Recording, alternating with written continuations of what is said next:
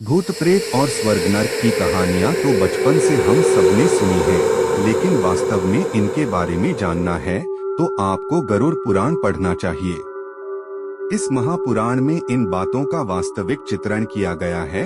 जीवन को जीते समय में हम उसे अनुभव करते हैं, लेकिन मृत्यु आते समय व्यक्ति को कैसा महसूस होता है। यमराज या उनके दूत जैसी कोई चीज क्या वाकई होती है? इसके अलावा स्वर्ग नर्क या भूत प्रेत जैसी भी कोई चीज होती है? इसके बारे में तो तभी पता चलता है जब व्यक्ति स्वयं मृत्यु की दहलीज पर पहुंचता है। लेकिन अगर आप इनके बारे में जीवित रहते हुए जानना चाहते हैं तो आपको गरुड़ पुराण पढ़ना चाहिए।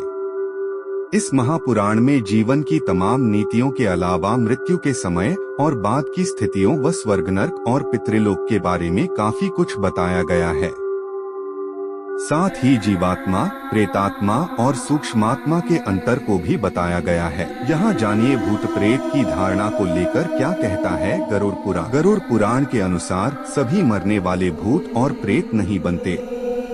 जो व्यक्ति भूखा, प्यासा, संभोग सुख से विरक्त, राग, क्रोध, द्वेष, लोभ, वासना आदि इच्छाएं लेकर मरता है या फिर दुर्घटना, हत्या, आत्महत्या आदि से मरता है, उसे मृत्यु के बाद भूत बनना पड़ता है।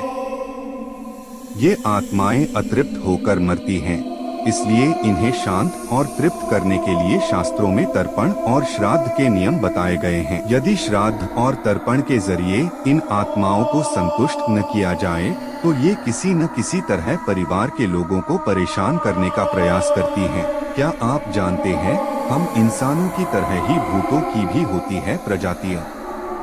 गरुड़ पुराण की माने तो जब आत्मा भौतिक शरीर में वास करती है तब वो जीवात्मा कहलाती है। जब सूक्ष्मतम शरीर में प्रवेश करती है तब सूक्ष्मात्मा कहलाती है, और जब ये वासना और कामनामय शरीर में रहती है तब इसे प्रेतात्मा कहा जाता है। भूत प्रेतों की शक्तियां अपार होती हैं और इनकी तमाम जातियां भी होती हैं, जिन्हें भूत, प्रेत, राक्षस, पिशाच, यम, शाकिनी, डाकिनी, चुड़ैल आदि कहा जाता है, लेकिन सभी आत्मा भूत नहीं होती। गरुड़ पुराण में 84 लाख योनियों का जिक्र है, जिसमें कीट पतंगे, पशु पक्षी, वृक्ष और मानव आदि सभी शामिल हैं। इनमें से तमाम योनियों की जीवात्माएं मरने के बाद अदृश्य भूत प्रेत योनि में चली जाती हैं, लेकिन वे सभी अदृश्य तो होती हैं, लेकिन बलवान नहीं होती।